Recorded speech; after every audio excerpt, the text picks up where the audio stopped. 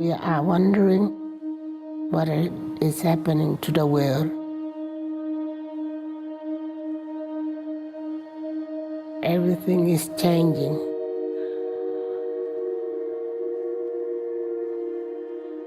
The very idea of human being some sort of natural concept is really going to change. Our bodies will be so high-tech, we won't be able to really distinguish between what's natural and what's artificial.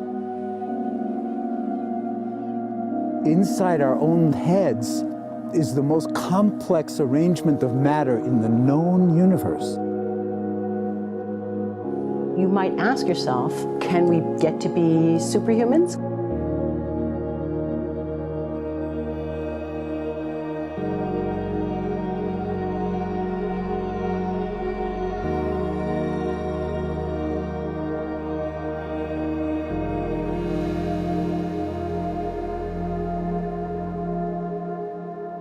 The original Industrial Revolution was driven by the discovery that you could use steam engines to do all kinds of interesting things. But that was followed by additional revolutions for electricity and computers and communications technology. We're now in the early stages of the fourth industrial revolution, which is bringing together digital, physical, and biological systems. One of the features of this fourth industrial revolution is that it doesn't change what we are doing, but it changes us. With the ability to visualize brain activity, for example, through a simple consumer-based EEG device, it gives us access to ourselves in ways that we've never before thought possible. It unlocks the black box that is the brain and enables us to really, truly be able to realize an identity that is aspirational. There's now a scientific foundation for the effects of mindfulness on the brain, on the genome, on biological aging. And when the human mind does know itself, then you get the potential for a new renaissance that restructures itself in terms of our relationship to life, our relationship to the planet, our relationship to work. We need a different economic model.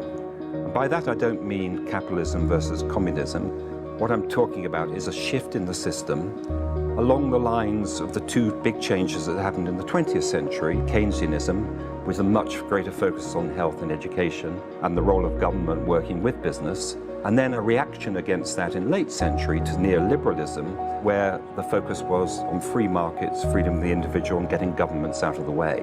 We need a shift to a new system that will allow us to meet the basic needs of every human on the planet, that will live within planetary means, that will be fairer, and that will be focused as its key goal, not on growth per se, but on maximizing human well-being. And history tells us that a value shift is triggered by creation of a new story about how we want to live.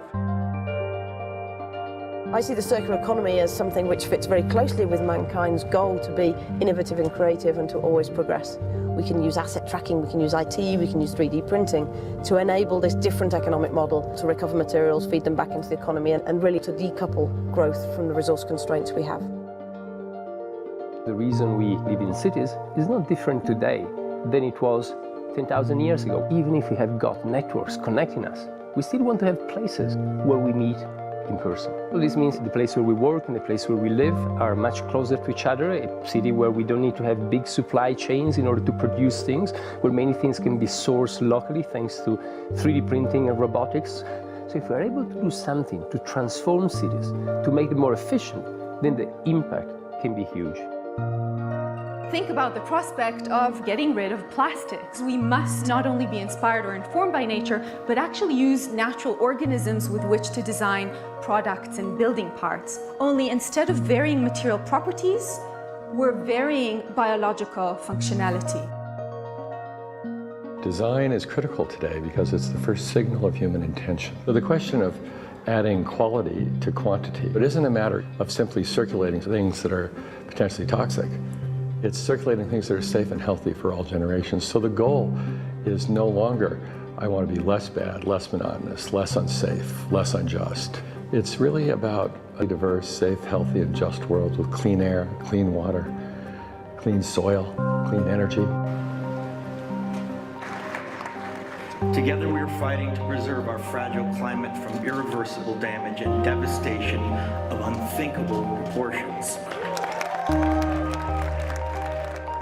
we think about the original Industrial Revolution, it was an energy revolution. I like to think of it as a kind of bookending of a period in human history during which we used fossil fuels, and it worked very well for us for a long time. But now we have to bring that to an end. We have energy technologies that can power our civilization: solar, wind, biomass. So then the question is, well, how do we get grid integration? Maybe the wind is blowing in Denmark, the sun is shining in Germany, and now you can move that electricity through an integrated grid.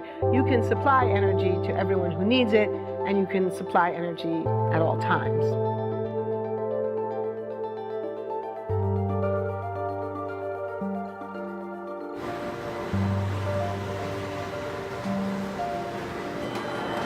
Walking around, you do see different stuff as far as like the body marriage line. They use a lot of things that help them lift up and move things to the car. You just sit there and, program something, and it has its own set mind to go ahead and do everything. And then as humans, we just come in and take the extra step to help the technology. It's not the cure-all for everything. There's definitely a lot of things where people perform the operation better, but certainly for the right applications, robotics are a huge improvement for the process. The projection of 5 million jobs lost by 2020 to technology is serious, but it's not the main question. Construction, manufacturing, services, public health and education, these industries will still exist. The main question is, what will be the future of work? How will we define work? How will we share the wealth? From the viewpoint of the labor or jobs, now we really need new education or new training. We're working with a World in Motion in FIRST Robotics, trying to encourage students from 3rd grade all the way up through the end of high school. We had students make sailboats, and then we had them race them, and so they could see how quickly they could move. And they immediately went back and started to say, oh, I saw what happened, I'm going to go change this or that. And that was 3rd graders. I've just given a prize to a kid of 18 years old that has discovered something really very, very unique. Came up with how to get better productivity and better yields for seeds of corn. And so he basically came with the idea that if you would perforate these seeds, you would get more food. And you think about it and say, but he didn't go to university.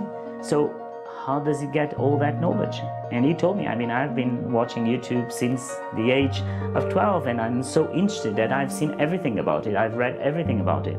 The world is really open to learning. The thing is, how do you give the incentive to your kids to do that? It's this ability of digital technology to change outcomes, to truly empower people all over the world that can create a more equitable growth, because I think the world needs that.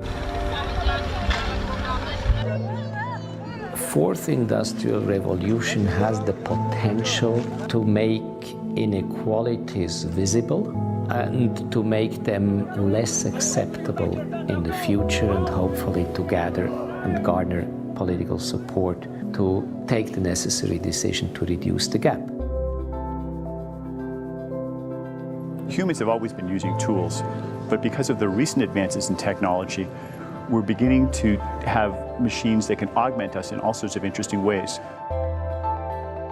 I was the first person in the world to be able to voluntarily move my legs while stepping in a robot by exciting the nervous system using electrical stimulators directly onto the spine. We believe that a cure will be possible if enough of the right people have the will to fast-track a cure for paralysis.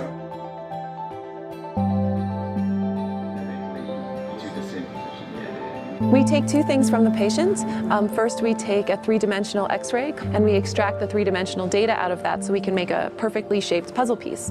And then we also take a sample of fat tissue from the patient so that we can extract the stem cells out of those. And we use those stem cells with this three-dimensional scaffold that we fabricate, and after 3 weeks, we have a piece of living bone that's ready for implantation. Being able to use genome editing to understand the genetic changes that lead to cancer, and technologies like drug delivery, getting molecules into particular types of cells. There's a lot of excitement about being able to move much more quickly on this disease. One of the things that I think is so essential to free and open societies is freedom of thought. And up until now, the conversation we've been having is around freedom of speech. Once we can access people's thoughts and access people's emotions, we have to create a space that enables people to think freely, to think divergent thoughts, to think creative thoughts. And in a society where people fear having those thoughts, the likelihood of being able to enjoy progress is significantly diminished. We need to take responsibility at every level of society, from the individual and the personal to the institutional to the global, to adapt to these technological challenges and changes, which are redefining what it means to be human, what it means to work, what it means to be completely embedded in this world. People always ask me if I'm an optimist or a pessimist. The technology exists, but how do we get it and implement it at the scale we need at a price that people around the world can afford? Even though we have everyday problems we have to solve, we have to find a way to lay the foundations for the innovations of tomorrow.